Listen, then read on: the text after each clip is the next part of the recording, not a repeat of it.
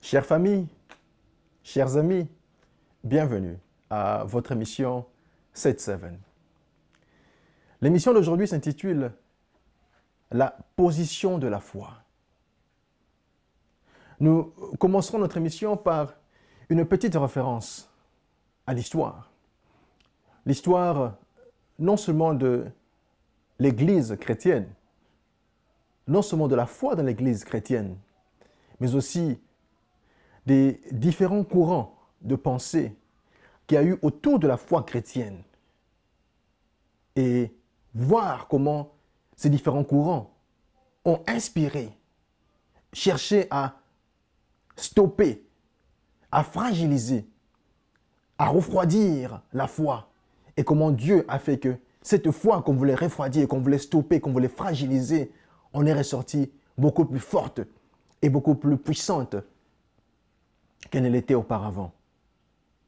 Quels sont donc ces courants de pensée? Nous sommes en Europe, au XVe siècle.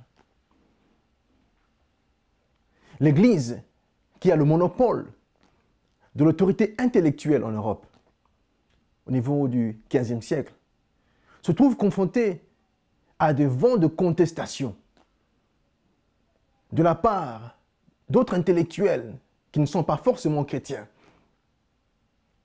Et qu'est-ce qu'ils reprochent à l'Église?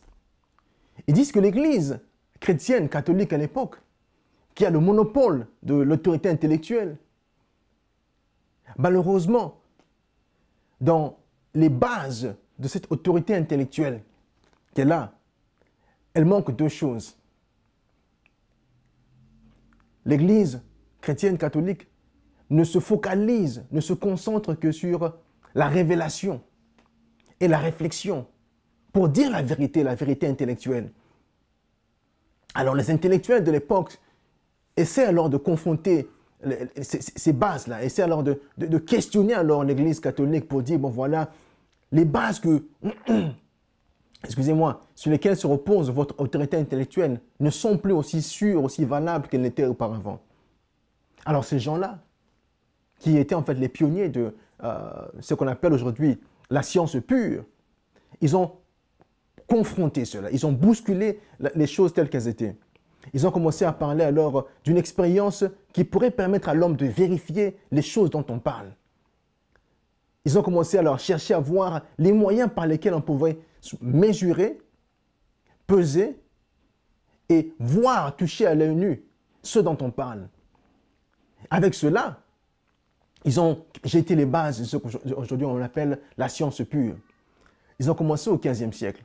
Il leur a fallu 2 siècles pour pouvoir alors commencer alors à bien implanter les bases de leur courant de pensée. Aux environs du XVIIe siècle, ces courants de pensée sont alors dominants au niveau de l'Europe, sont alors dominants au niveau de la foi, sont alors dominants partout dans le monde.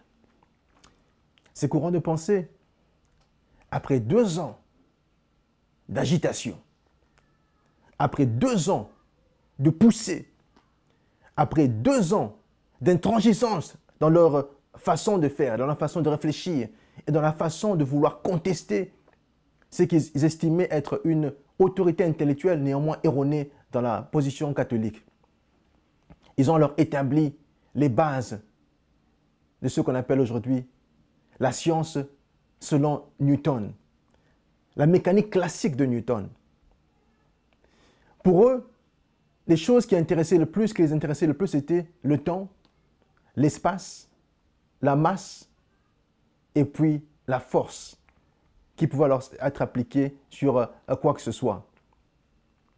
Et bien entendu aussi, certains d'entre eux commençaient déjà à parler au niveau du XVIIe siècle des particules.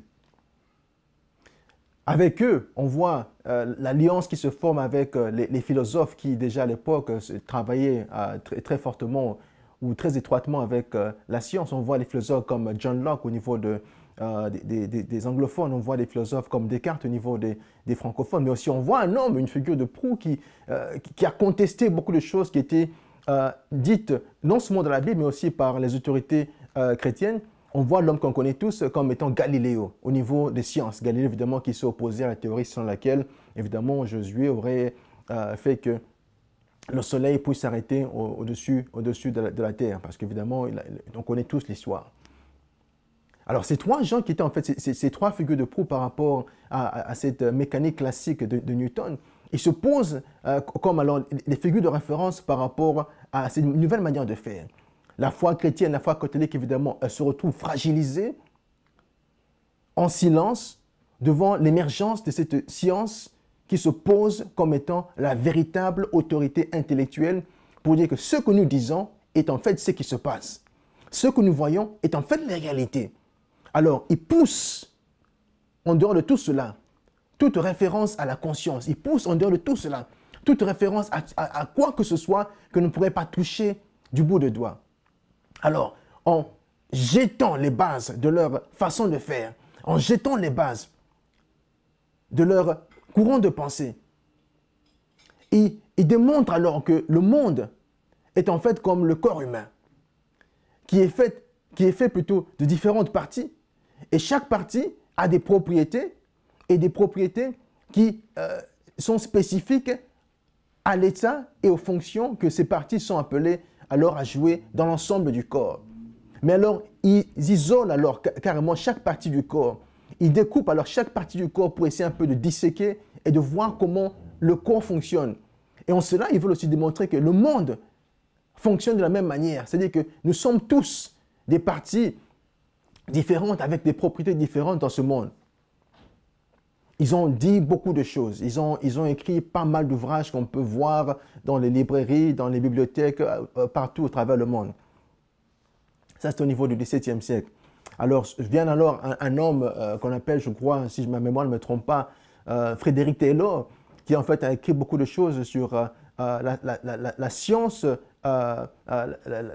du management ou le management scientifique pour dire comment on peut alors gérer les entreprises, pour dire comment on peut gérer ce monde, pour dire comment on peut gérer une organisation humaine.